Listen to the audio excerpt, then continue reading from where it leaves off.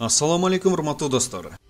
Бүткүл адамзатты түйшөлтүп турган бүгүнкү күндөгү коронавирус оорусу ааламга тарап күч алып турган убагы.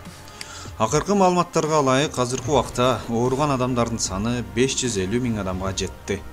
Каза болгондордун саны 25 миңге жетсе, оорудан сагайып жакшы болгондордун саны 127 миң адамга жетти. Мындан 5 ай мурда эч кимдин оюна жер бетинде жашоо мынчалык дүрбөлөң болуп кетет деген ой келбесе керек. Жакшылап көңүл буруңуз, урматтуу мекендешим. Эгерде сиз тамеки чегип жүргөн болсоңуз, анда тезинен таштаганга аракет кылыңыз.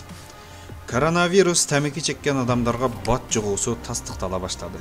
Европа биримдигинин оорулар менен күрөшүү агенттиги мурдатан тамеки чегип жүргөн адамдар коронавируска көбүрөөк кабылып, аны оор көтөрүп жаткандыгын маалымдады. Башкача айтканда, тамеки чеккен адамдар ооруга кабылуу мүмкүнчүлүгү жогору. Анткени тамеки чегип жүрө берип, өпкөнүн саламаттыгына зыян келтирип, алсыздатып койгон. Керек болсо өпкөсүн чиртип жиберген адамдар бар. Албетте, коронавируска алсыз, күчү жок өпкөгө жайлашып, андан ары жайылуу процесси кыйынчылык туудурбайт. Мындай тамеки чеккен алсыз өпкөдө адамдын антивирус функциясы жакшы иштебей, алсыз болуп калгандыктан улам коронавирус бүткүл өпкөсүнө кыйынчылыксыз жайылат. Кытай врачтарынын изилдөөсүнө таянсак, коронавирус жуктуруп алган тамеки чеккен адамдар кары адамдарга караганда өлүмү көп катталган. Түштүк Каларина университетинин берген отчетунда тамеки чеккен адамдардын өпкөсүндө ACE2 ферменти активдүү болгондуктан COVID-19 вирусуна чалдыккандардын ден соолугу бат эле начарлап кетери айтылат. Урматтуу достор, өзүбүздүн ден соолугубузга жакшылап кам көрөлү. Мындан бир нече убакыт мурда тамеки чеккендерге коронавирус жукпайт экен деген маалыматты көрүп калдым эле. Мындай маалыматка акылы жок адамдар гана ишенет.